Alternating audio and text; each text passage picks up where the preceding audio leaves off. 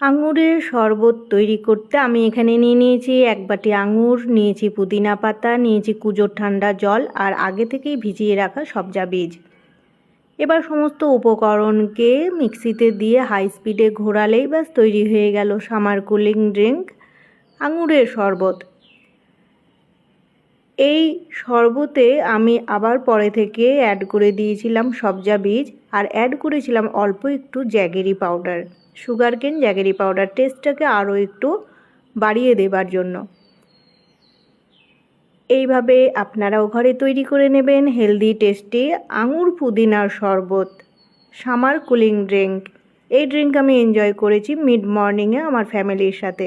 এইভাবে আপনারাও এনজয় করবেন আপনাদের ফ্যামিলির সাথে। আর আমার এই রেসিপি যদি আপনাদের ভালো লেগে থাকে তাহলে লাইক দেবেন, কমেন্টে জানিয়ে যাবেন আর শেয়ার করে দেবেন আপনার সমস্ত বন্ধুদের সাথে।